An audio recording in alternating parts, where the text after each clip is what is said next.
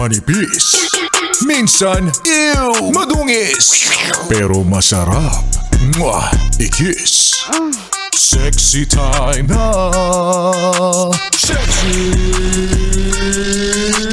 Mega!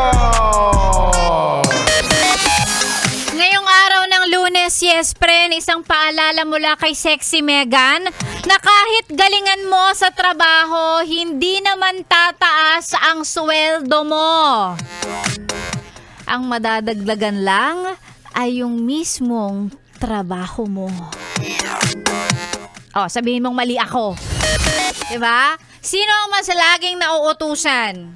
Sino ang mas laging nabibigyan ng task? Diba yung mga masisipag? Yung mga magagaling?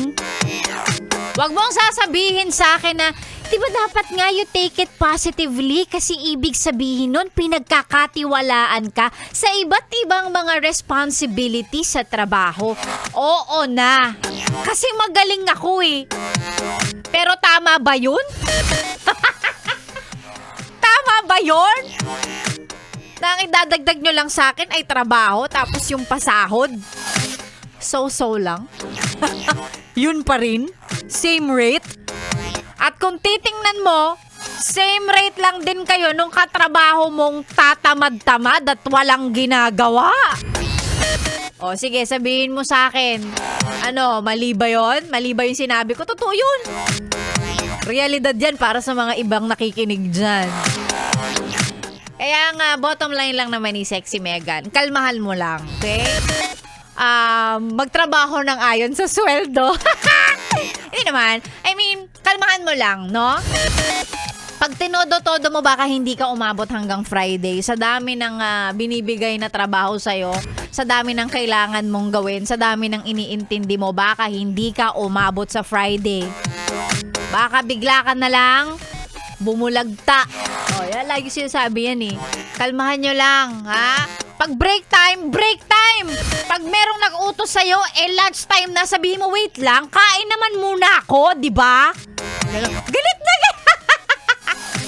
Galit na galit. Hindi, alam mo, nilalaban lang kita. Pinapaalala ko lang sa'yo na ganun dapat. Diba? Pag ang time out mo, 6:00 ng gabi, pag meron pang nagfe-favor na, be, baka pwedeng pa-send naman ng email na ganito, 6:15 na. Sabihin mo, be, baka pwedeng tomorrow na lang. Kasi nasa MRT na ako, pauwi na ako eh.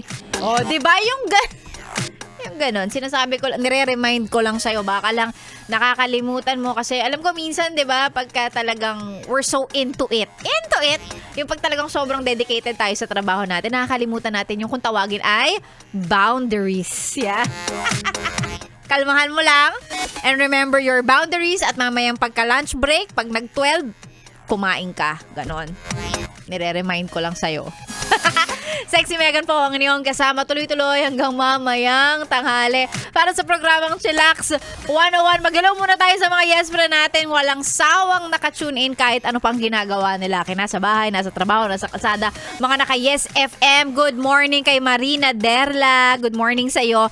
Kay Charles Estrel, good AM Sexy Megan. Kay Jessica Cisbreño, good morning Sexy Megan.